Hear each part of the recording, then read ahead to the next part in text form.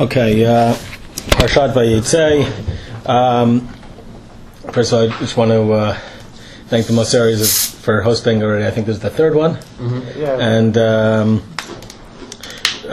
I was asked, and more, really in terms of just Hakarat HaTov for all the opening their home so many times and all the work that Ovadia does. Unfortunately, Ovadia's great uncle was niftar today. Mrs. Moseri's uncle, Moshe ben Rachel, the shiur should be a zechut for him. Le'iloi nishmato. Also, we've said in the past for Nick Sandler's parents, Shmuel Aryeh ben Naftali Hertz and Nechama Batya bat Avram Yitzchak, and I thank everyone who's helped sponsor this so that we're able to do this each week. One of the, I've mentioned before, I have this thing with, I love buying Sfarim. Of course, you need money for that sometimes, but used sales actually are much to my liking. You usually can get stuff for cheaper. And a couple of months ago, among the things I also got the Abarbanel, which I've mentioned already a couple of times. We're going to use them again tonight. But I picked up this 2-volume set. I didn't remember that I had it. I was actually just looking through my shop this week, and I found it. A rabbi by the name of Ezra Tzion Melamed, who I assume was Sephardi, I don't know from which country, has a sefer called Mefarshei HaMikra. And he goes through at the beginning, and it's a whole bunch of different essays on various topics. He goes through the different Mefarshim, their approach to it. We're just talking about Rashi. We would talk about what is Rashi's approach. But right at the beginning, he starts off with, his first section is what's called Pshat and Drash, just talking about different ways to read the Psukim. And he says something, I'm going to read, I don't know if I'll read the entire section. We're going to read just a couple of sections from what he said, because when we talk about Pshat, getting the plain meaning, there's a particular challenge. He says, "Hapashtan mishtadel lahagia lekavanatam ulemashmutam shel hadvarim kafi sheyatzu mipi omram ubesha'a sha'amram." The challenge when it comes to doing Pshat is it's not enough to simply translate the words. You have to go back to you have to try to figure out the intent of the original author, what his or her intent was at the time that they wrote it. And he says, "Amarnu mishtadel lahageh," you have to try. Mishum shadam eno yachol yired lesof da'ato shel ben sichato v'ladad kavanato b'diuk. It's always, you can never get it exact. The kol she'eno yachol lahageh lesof da'ato shel medaber she'eno ben zmano. You can never exactly get to a person's understanding, but you have to try.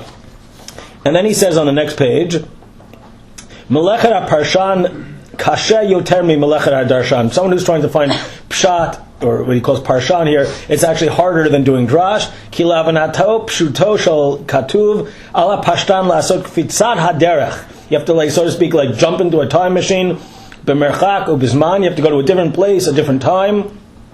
Alav daleg al pnei kama dorot ulkapetz al pnei kama artzot ad sheyagia lotoz zman ulotos viva. You have to go back in time. You have to go to a different country. You have to go to a different place, and you have to again pretty much put all your assumptions aside, right? Sometimes people will read things and they'll be, like someone last week, and one of the things people always say, "Oh, Yitzchak and Rivka had a bad relationship." Well, all right, maybe they had a bad relationship by 2014 standards, but I don't know if they had a bad relationship by 2014 BCE standards. In other words, and that's why I think what he's saying is, you have to understand things in the context in which they were said. And then he says, one of the biggest challenges, he says, Ach mitzad shnei, one second, Ach mitzad sheni, alav livstoch al horatam shel kama milim, uleshonot botam lashon kafi shehen skurot b'pi dovra b'yamav. So one of the challenges is that even if you think you know what a word means, you can't go based on the current meaning. In other words, just because something means something today doesn't mean that it actually meant the same thing back then. So he said you could, in theory, have a word, and we're going to have such a word tonight, that meant one particular thing, that means one thing today, and it might have even meant the same thing in the time of Chazal, certainly in the time of the Rishonim, but the question is that what it meant in the time when the Torah was actually written? And he said you have to be very, very careful to actually try to come up with such a word. So as I mentioned, the online invite, the title of the shiur is, "Was there really a ladder in Yaakov's dream?" Because and there's the word that we're going to be examining tonight, the word Sulam. Everybody knows, right? Yaakov has a dream. We're going to read through the Psukim, but Yaakov has a dream, and in the dream there is a Sulam and there's malachim on it. And everybody says, oh, a sulam means a ladder. And the truth is, again, in modern Hebrew, a sulam absolutely means a ladder. And in the time of the Rishonim, it meant a ladder. In the time of the Gemara, it meant a ladder. But did it mean a ladder in the time of Moshe Rabbeinu? Wait, sorry. Yeah. What's the importance of whether or not there actually was a ladder? Okay, good. So we're going to see that, right? In other words, this is not just a semantic point, like, who cares? Like, it was actually a staircase. Like, okay, thank you, you can all go home now. But it's, we're going to see that it really helps you understand this story differently. And as we're going to see, a story that we discussed in the past, a number of you asked me to explain it in the past, and I said in a bunch of weeks when we get there, we're going to explain it. So by understanding what I think was really going on in the dream, we will better be able to not only understand what's going on here, but understand an earlier episode in Parshat Noach. Just in terms of the shiur, it was interesting. I actually I picked this book up. Also, used on the Upper West Side. They have all these tables out between the 72nd and about 77th on Broadway. They have all these tables. You could find Jewish books, you could find non-Jewish books, all sorts of stuff. You never know what you're going to find there. Pick this up. And I've really been enjoying it. It's called Understanding Genesis by Nachum Sarna. As Michael mentioned, he was not, and I mean, it's pretty clearly written. It was not written for a Orthodox audience. He says certain things that would certainly be considered to be heretical in certain circles. I don't like to use such terms, but either way, however we understand what he said, whether we can take everything, I think there's a tremendous amount of scholarship that he brings to it. And that's one of the things in general. I mean, he talks about things in terms of the biblical time period, in terms of archaeology and other things like that, and I think that's really going to help. And at first, when I chose this shiur, I was actually kind of feeling a little bummed out. I thought I was basically just going to go through Sarna and then just kind of say it over in my own words. And the shiurim that I enjoy the most are the ones where I actually have to put stuff together and I have to read stuff. And then little by little, as usual, I had a Facebook conversation with 3 or 4 people. Some people recommended things, and then I started opening up other things. And Baruch Hashem, it's really going to be, hopefully, it's going to be from a lot of different places. I heard a shiur last year from this Rabbi. What's his name? I think it was Rabbi, not Ish Shalom, something Shalom from Los Angeles. Ed Shalom? Is it Rabbi Ed Shalom? Maybe it sounds right. I think that's it. Maybe it's not. I heard the shiur, and it was actually really, really cool, and it involved a lot of things I'm going to say. I can't say for sure he didn't say it, but I'm fairly sure that a lot of it came from Sarna. It's either that or they just happened to say a lot of things similarly, and Sarna said it a long time before. But there were some things I'm going to take from there as well. And then as well, there's also Joshua Berman, who I had the pleasure of meeting this summer, who teaches Bible at Bar Ilan. He had an article that I read, and then there's also somebody by the name of Yecheskel Kaufman, who is a biblical scholar. So we're going to be merging a lot of different ideas in tonight. So let's take a look at the psukim, and I'll try to highlight certain points as I read through, just in terms of to understand what's going on over here. And again, and then to really deal with Ike's question of like, who really cares? Okay, it was a ladder, it wasn't a ladder, who really cares? And by the way, I did look it up because Wikipedia is your friend. I mean, there have been ladders for at least 10,000 years. So it's not that it could not have been a ladder, but still, we're going to still suggest that it was not. Okay, so the parasha starts off. Perek Chavchet Pasuk Yod. Vayeitzeh Yaakov mi Be'er Shava. He leaves Be'er Shava. Vayelech Haran, and he went towards Haran. He's not actually there yet. He's running away from Esav. This is going to maybe be significant. He's running away from Esav. He's leaving Eretz Yisrael. Remember, his father never left Eretz Yisrael. Hashem said never to leave, and now he's leaving behind. He's leaving everything that he knows behind, and he's heading towards Haran, where his mother's family is from. Vayifga b'makom, and he met up with the place. And again, and it doesn't say, and b'makom seems to be with the place, hey hayidiyah, with a certain place that we've seen before, which Rashi tells us, and I think with good reason, that this is referring to where the Akedah took place. And this is we'll see this, which is according to Chazal also ultimately where the Beit HaMikdash was built. Vayifka b'makom, he meets up at the place. Vayalan sham, he goes to sleep there. Kiva hashemesh, because the sun was setting, had set. Okay, vayikach me'avnei hamakom, everybody's favorite midrash on the parsha. He took, it doesn't mean from the rocks of the place. Although again the midrash says it means he took a rock from among the rocks. Vayasem rashotav, he used it as a pillow. Okay, must not have been so comfortable. Vayishkav b'makom hahu. And again, 3 times in the pasuk, Vayifkav b'makom, he takes me avnei hamakom, vayishkav b'makom hahu. Certainly emphasizing makom. Vayachalom, he starts to dream. V'hinei sulam, there's a sulam mutzav arza. Mutzav, like nitzav, it's standing on the ground. V'rosho magia hashamayma, and its head is reaching to heaven. V'hinei malachei elokim olim v'yordim bo. And there are malachim that are going up and going down on this sulam.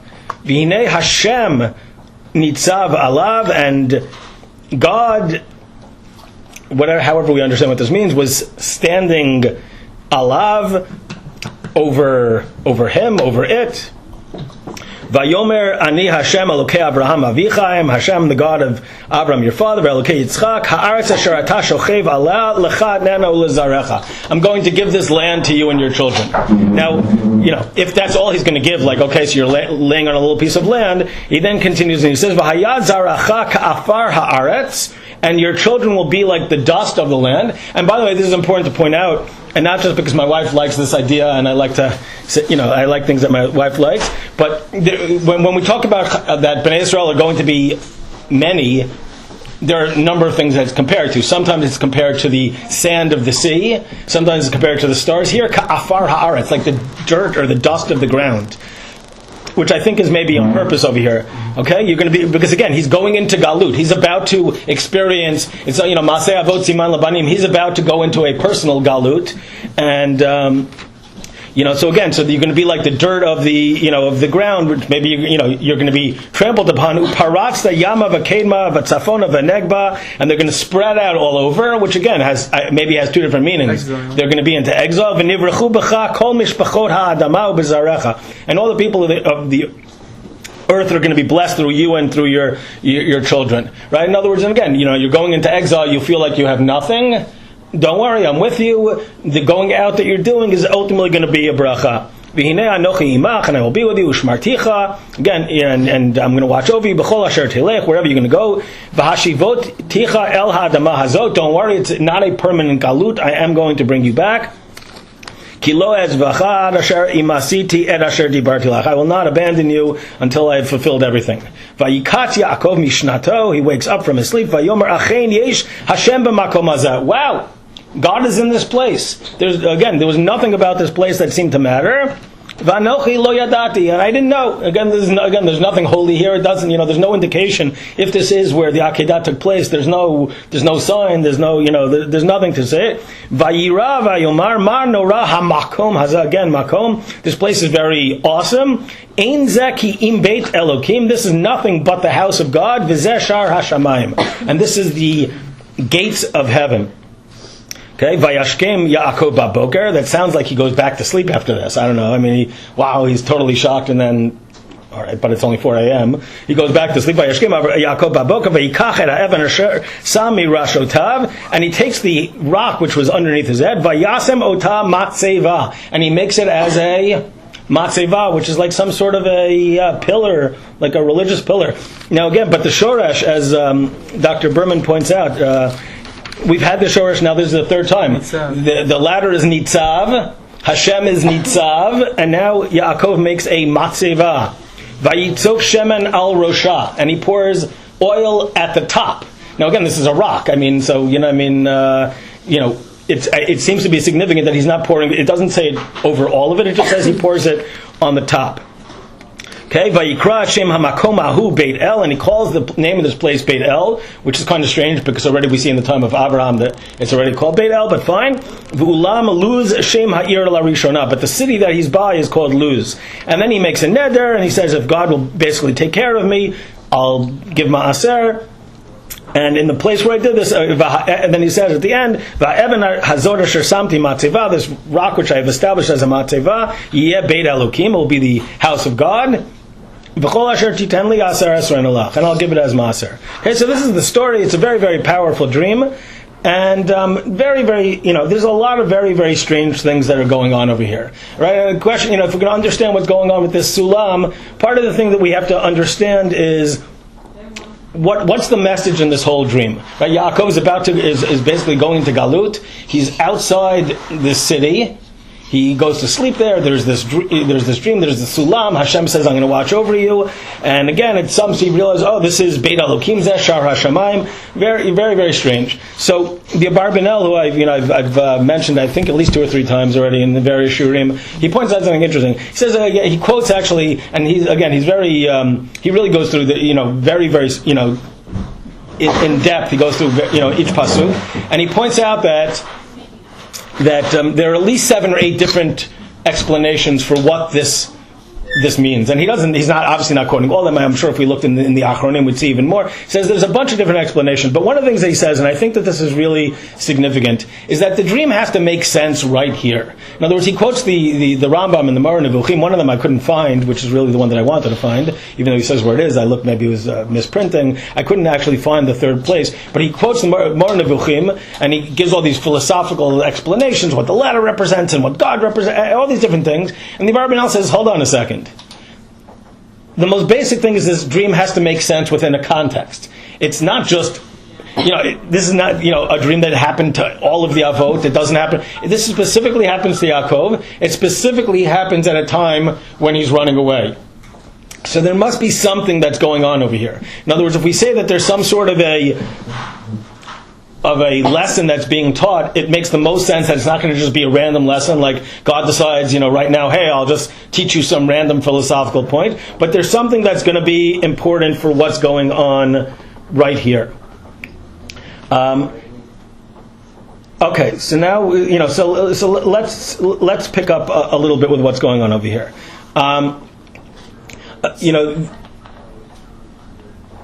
Okay, I think I know where to go with this. A bunch of weeks ago, and I'm going to end up coming back to this, but a bunch of weeks ago, by Parshat Noach, right, we ended up dealing with the whole story of the Mabul. Again, how do you understand it? Whether it's a literal flood, is it worldwide? Is it local? Is it maybe the whole story, not literal? But then at the end, a number of you asked me, what about Migdal Bavel?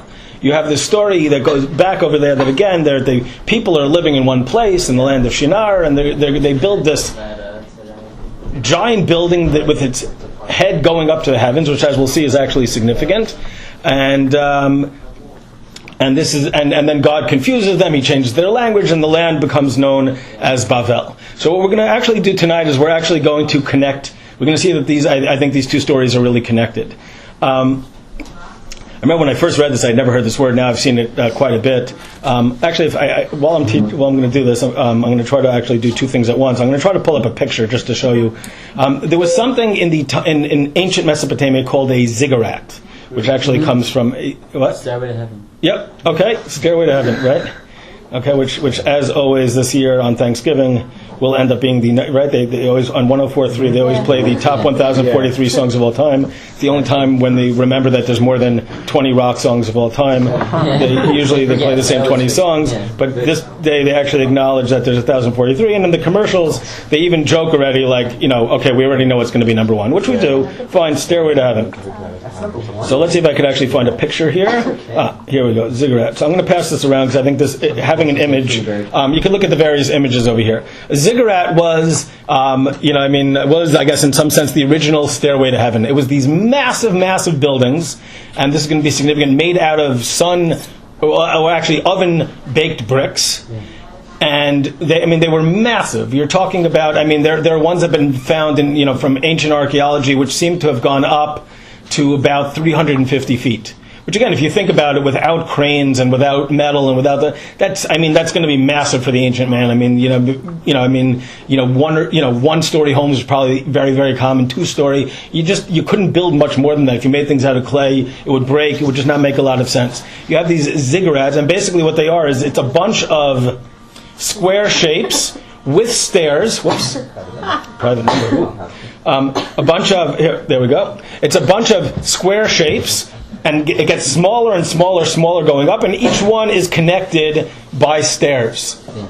Right? Yeah. Well, it kind of helped that they weren't building; they were solid all the way through. So it's well, that's and they weren't exactly solid all the way through. I mean, they actually on the outside they were built of these oven baked bricks. On the inside, they did put in various things in order to make it to give it a little bit more, give it a little more staying power. But still, I mean, if you think about it, I mean, you're talking about 4,000 years ago, a building that again 350 feet, that would be about 35 stories. I mean, that's even big by our day. I mean, it's not it's not quite a a New York City skyscraper, but in most parts of the world, 350 foot building is still something like that you look at.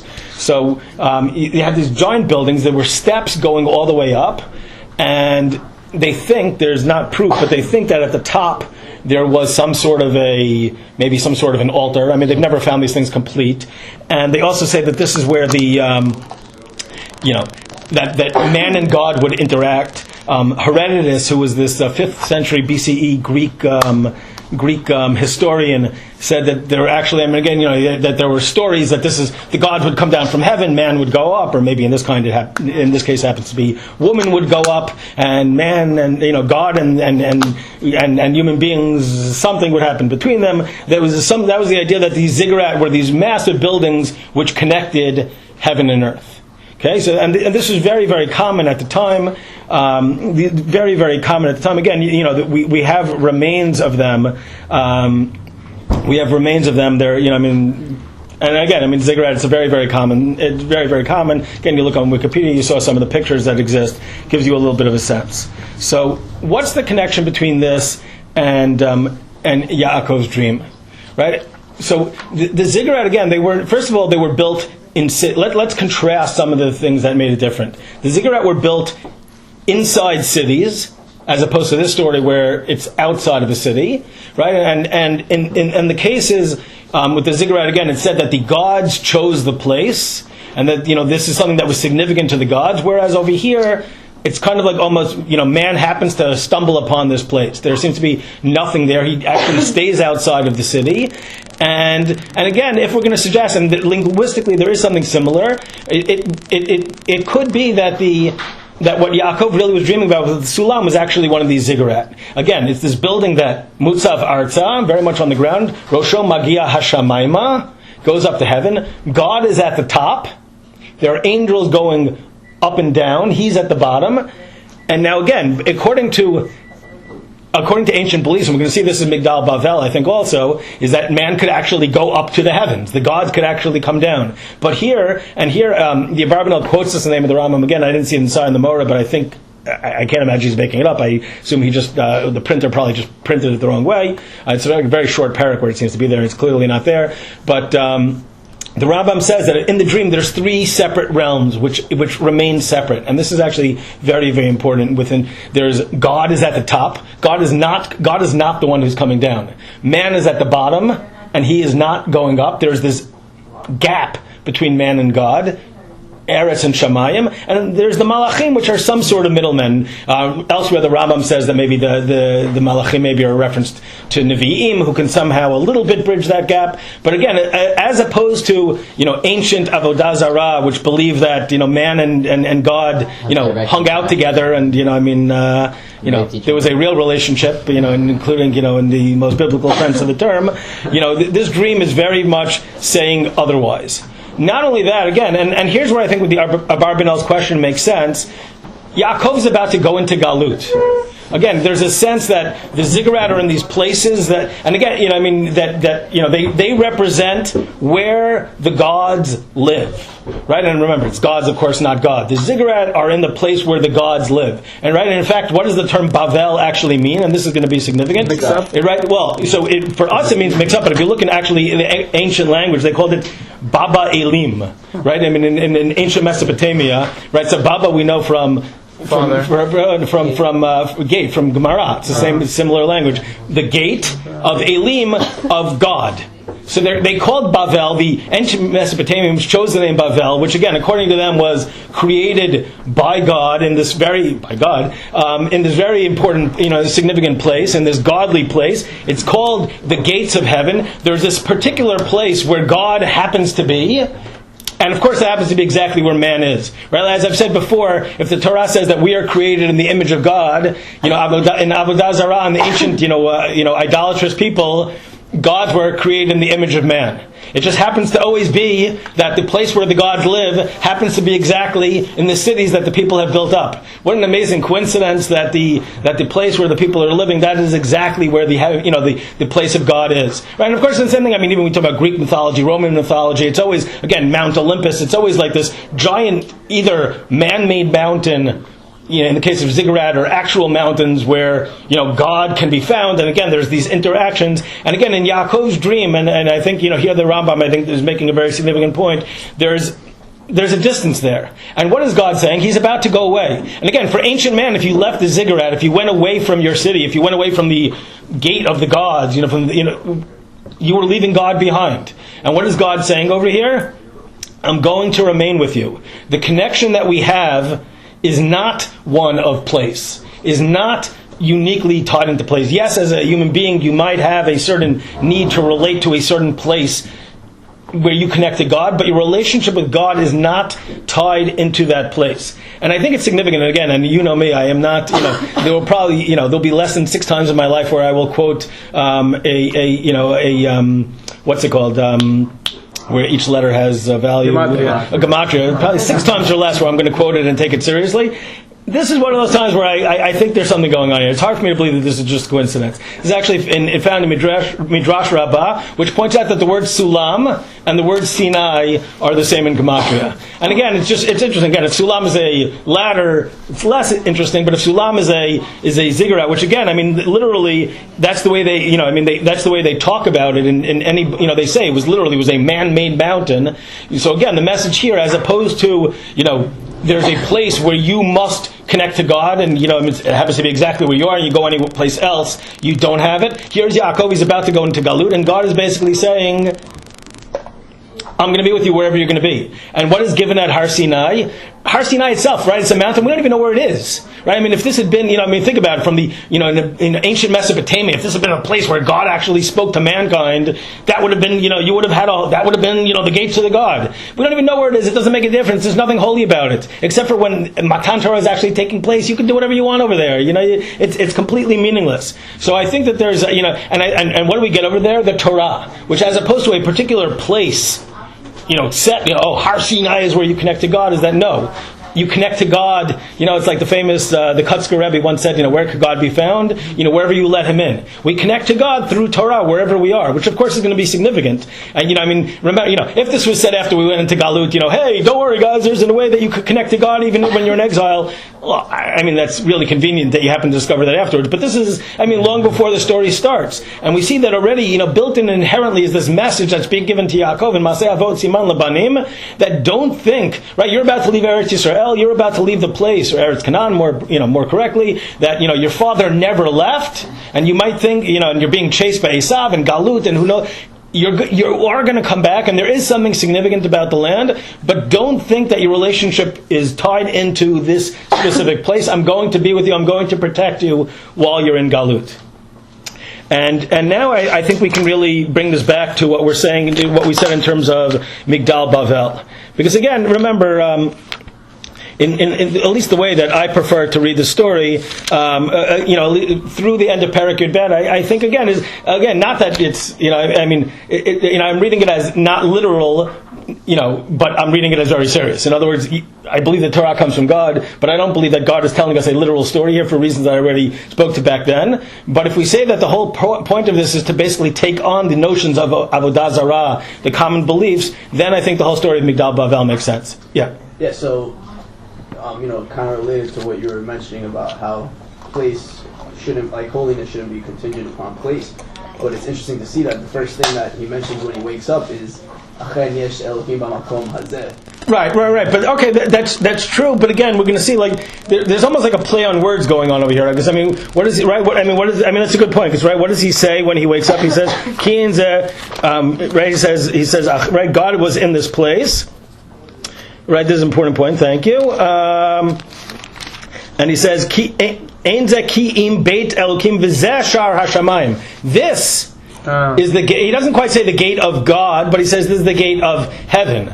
Bavel, right? Bavel is the gate of gods, and he's basically saying, "Ki ein ze Ein zeh ki im bet, this particular place. And again, think about it. Whereas for the Babylonians, it happened, God, happened to have chosen the exact place where they were. Here, God is telling, it's the Babylonians who are telling God, this is where your home is found. But here it's God who is basically saying, this is where it's found. And I think it is significant that it doesn't say, yes, it says Beit Elokim, but Zeh Shar Hashamayim says not. There is a little bit of a distancing, and again, I think that comes back to the Rambam. That again, yes, there is a place. We're going to connect to God, but God's at the top, we're at the bottom, and there's some sort of a unbridgeable gap between us. In other words, Torah connects us to God, but it's obviously not God. But I think, so there's something, so that's definitely a very significant point. It also could supplement your point because it shows that, it's kind of like that contrast between a simple, basic place that is not recognizable as something distinct or extra holy in comparison with the ziggurat that's all elaborate and lavish. Right, and that's like, juxtaposition, basically. Right. Oh, and that's why I said. And by the way, so when Yaakov wakes up, this is significant. I almost forgot this. When Yaakov wakes up, right, what does he do? He makes a matzeva, which again, based on this word that we said before, he pours the oil on the top, which is very significant if we said that the top of the ziggurat is the place where God is worshipped. Although again, here it's a very small replica of it. And again, that's the thing. I mean, he's replicating what he saw in his dream. He's making a little tiny ziggurat out of this rock. And again, if it's just a ladder, like, okay, so he takes a rock and he pours some oil on it. But again, here he's pouring it on top and he's replicating it. Zeh Shar Hashamayim. Now I know where it is. Only after, God tells me, and then I build a little ziggurat. It's not that I build a ziggurat, that God happened, and guess what, God, this is your home. So, Rabbi, why does he? So why does he call it Bet Il afterwards? If we're saying that, like you said, place doesn't really have so much of a central idea in Judaism. So why is he designating this place as Bet Il, and this is the place where you find God? Well, but that's the thing. It's more of like a sense of like he's had interaction here. I mean, the truth is, Sarna goes through a lot more. There actually was there was an Avodah Zarah that maybe had a similar name, and they might have been playing against it even more. And by the way, he also points out, I think it was in Sarna that I saw this. Did I say? It's interesting. Later on, when Yaakov comes back, and right after Shimon and Levi, and now they come back, and he says, they seem to maybe have taken some Avodah Zarah from the city of Shechem, and then they're about to come to Beit El, and what does he say? Get rid of your Avodah Zarah. In other words, it seems to be a place. Beit El seems to be a place that where there's this distance created between real service of God and Avodah Zarah. And it happens actually later on in Nach. I didn't want to get too crazy with quoting stuff tonight, but there's a lot that could actually be built into it. All right, so then where do we go? So now let's bring it back to Migdal Bavel, which again, now we're going to suggest, because again, the whole story of Migdal Bavel is also very, very difficult to understand. There's this giant building and all the different explanations. They're trying to block the heavens, they're trying to have war with God. It's rather strange. If we take this as a literal, happening, first of all, as the Barbanel points out, if you're going to, try to make as tall of a building as possible, you may as well not put it in a valley. You may as well at least start as high as you can. So again, if we take this as a literal happening, there's a lot of strange. What, they really think they could get up to heaven? They think they were going to block it? If they're trying to stop a flood, again, Shinar, where they built it, is flood central. It's kind of, I guess you could say maybe they thought they could stop it, but it came from the rivers. I always think, Rabbi, is symbolic. That man is showing God, look how great I am, look how great my ma'asim are, they parallel yours. Right, but we're going to even highlight that a little bit more over here. So let's take a, right, so Vayihi kol ha'aretz safa achat udvarim achadim. The people, they have this great sense of unity. Okay? Vayihi Benas'am mikedem, they travel from the east. Vayimtzeu bika, they find this valley be'eretz Shinar vayishvu sham, and they dwell over there. Vayimru eish el re'eu havanil bana levenim. And again, it's very strange when you read this without knowing any of this background that we're going to see over here. It's very, very strange. Let's make bricks v'nisrafa l'sreifa, and we're going to burn them, in basically in a fire in a kiln. Which again, who cares? Really, if you just, it seems to be a very, very insignificant detail. But tihilahem halavein. And this is going to be in place of rocks. B'hachimer haya lehem lachomer, and we're going to use this particular thing that was used, and basically a cement to attach them. Which again, just in a regular story, whatever the other explanations are, these seem to be totally insignificant facts. Vayomru hava nivneh lanu ir. Again, they were very into their cities, weren't they? In ancient Mesopotamia, let us build for us a city. Umigdal v'rosho b'shamayma, and there's going to be a migdal in it. And again, in the city, which again is, that's what they say. If you read, I was looking at this book before. It's called, online.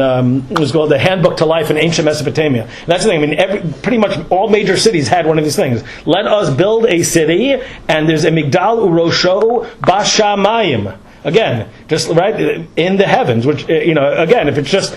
It sounds like a strange story. We're going to make for ourselves a name. Pen nafutz al pnei kol haaretz, and that will be spread out.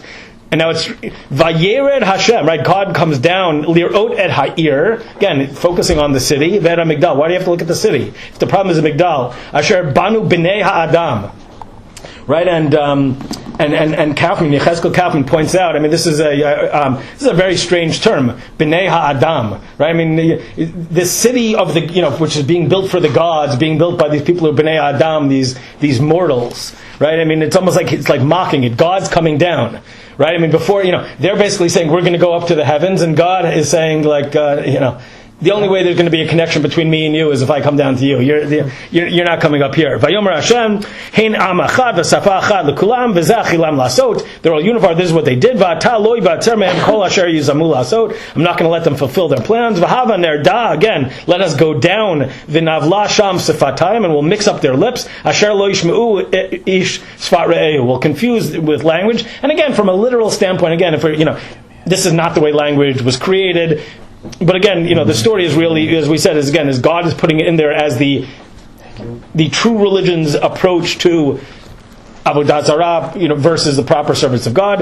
Vayafetz Hashem otam misham al pnei kol haaretz. God spread them out over the land. V'yachdelu livnot ha'ir, and they stopped building the city. Al ken karash ma Bavel, ki sham balal Hashem svat kol haaretz, misham afitzam Hashem al pnei kol haaretz. And therefore it's called Bavel. Why? Because what does Bavel have to do with? Bilbel, which of course, root-wise it clearly doesn't, and certainly in terms of the actual language of Bavel. But basically what is it saying? You guys think this is Shar Hashamayim? You think Bavel is the gate of heaven? What is it? Bilbel. It's mixed up, it's gibberish, it's nothing.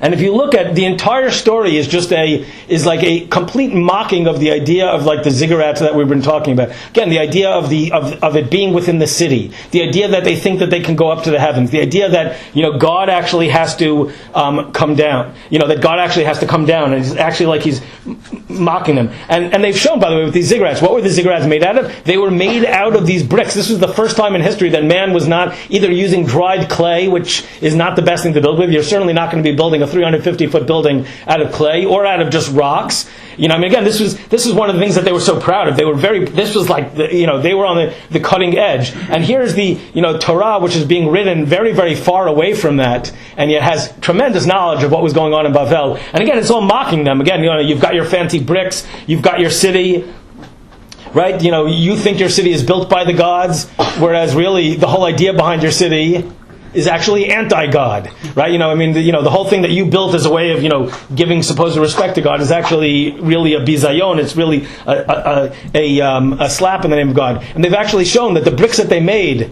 right? Now, like when you make cement on the sidewalk and you come along and you write your name in the cement. They actually found the people who would design these buildings, they would write their names into it. There was a very big deal to be the one who built this, right? And what does it say here? Let us make for ourselves a name. Again, it's very, very clear. It's polemical. They're mocking the Babylonians. You think you have the gate of, you have the gate, to heaven. Bilbel, you're completely confused. Your city's name means it means nothing. There's no meaning to it. And not only that, what was the whole point of it? What about in terms of the fact that it's the idea of unity? Their idea of God was very much, it was a name for the people of Bavel. There was no sense of, everybody, living together, I don't know if I can quote John Lennon, we could all live as one, because his imagine is not my imagine, but, but the idea of, ancient religions did not believe in very much in this idea of, unifying all of mankind. It was, we're going to dominate. God happened to be really, really, amazingly enough, I don't know if I'm a Republican. I could sort of sound. It almost sounds like modern day, the Republicans sometimes, in terms of God is always on our side in war. All right, I could be. But in any case, they had this sense, of course, that you read these stories where the kings come back afterwards. They basically just slaughtered people. There's blood all over the place, and they come and they say to God, we have fulfilled it. We've destroyed all the people. Their sense of religion was, let us make for ourselves a name. We will be great. We'll be at everybody else's expense. And yet, what is the whole idea of what Yaakov, going back to our parsha, that what Yaakov is going to represent? The Hayei Bracha, right? You and your people are going to be a blessing for the world, right? Whereas, and there's a real contrast here, whereas Yaakov is going into Galut, ultimately to come back, to where he was from, to come back to his place, to be reunified for the purpose of, again, Or LaGoyim, in order to basically build up the entire world. The Babylonians had this tremendous unity against the world, and now, so to speak, they're being sent out. Right? So again, there's a real, mocking that's going on. And again, the idea that, again, that the place is what matters, that the place, once it's destroyed, that's the thing, in these idolatrous religions, you don't take them with you. Because they were in a particular place, there was a particular significance. We built the ziggurat in a particular place, and there's a reason why the Torah is able to, and Judaism is able to survive through all these years. Because again, yes, Makom does find, there is such a concept. There is a place of where it is. But again, in both cases, both with Abraham, right, it's shown to, first of all, it's shown to them by God. It's not that man, that man finds it. In other words, it's Lech Lecha me'artzecha, as opposed to the Babylonians who tell God where he's found. God says, I'm going to show you where I'm found, right? Yaakov wakes up, I had no idea. God lets him know. And so in both these cases, that's why, again, if we say it was a Sulam, okay, it doesn't ruin it, and I think that thousands of years of understanding of it has read it that way. But I think here's where I think Ezra Tzion Melamed's point is very, very significant, because again, we're in order to understand this parasha and as well Migdal Bavel, we really have to be able to look back at the time when it was written, and even though there were ladders at that time, again, the idea of the matzeva that he builds and the fact that it really does seem to replicate the idea of a ziggurat, and the idea that instead of Bavel we have Beit El and Zeshar Hashamayim, and again these ideas that yes, we do have this relationship with God, but not the way that they did in Avodah Zarah, not any sort of actual mingling. We can't actually fully bridge that gap, and that's one of the most basic things within religion. That in other words, there would be a great comfort in the idea that somehow if we could see God, it would make things a lot easier. All the struggles we sometimes have would not exist. But the idea is that inherently it is part of the religion. There is, as the Rambam says, there is the Sulam represents that gap between those two sides. That we do relate to God, and God does care about us. But again, God is, so to speak, up there, and we're down here, and there is this interrelationship, and we can reach out towards the Shamayim, but only to a limited degree. Yeah. So in other words, the idea is that Yaakov saw the Malachim going up and down, but didn't go up himself the way, say, you see in the Baal Shem Tov's letter, for example. Right. Or in the ziggurat. That's the whole thing. In other words, why did they have all these stairs? Or as Victor says, like the stairway to heaven. Each level up had stairs. You're going up to God. You yourself, the person's going up. And that's the thing. Yaakov remains very, very much, right? Certainly right. The Hasidic stories, Yaakov very much remains on the ground. Yaakov is not going up there. God is up there. God is looking over him, but from a unbridgeable distance. That's the thing. He cannot go up there. And again, that's the thing. Ultimately, with this religion, with the idea of religion, and again, I think that this idea, again, I'm not a gematria guy, but I think this is really a very beautiful idea, that whereas, ancient man always, found God at the top of mountains, either, literal mountains or man-made mountains, the idea of Har Sinai, yes, Yerushalayim is on a mountain, although, but the idea of Har Sinai, the place where literally, God, so to speak, comes down to the world. The closest, that you do have Moshe going up on the mountain, you do have God coming down, although even there, midrashically, it talks about that, Moshe could not quite grasp what was going on. There is inherently this bridgeable gap. And ultimately, that's the thing, that the idea that really connects us to God is not a particular place, is not some sort of magical place where we go up together, but it is the Torah which is given on Har Sinai, right? I mean, the only relation that we need, in other words, ultimately, in monotheism and particularly in Judaism, the message is that, that even though there is this unbridgeable distance, and even though we don't have the gates of the God, we just have, Shar HaShamayim, where, so to speak, facing where God can be found, so to speak, that doesn't stop us from having a very, very, serious relationship through Torah, mitzvot, and through serving God, while we're here and Hashem is in Shemayim.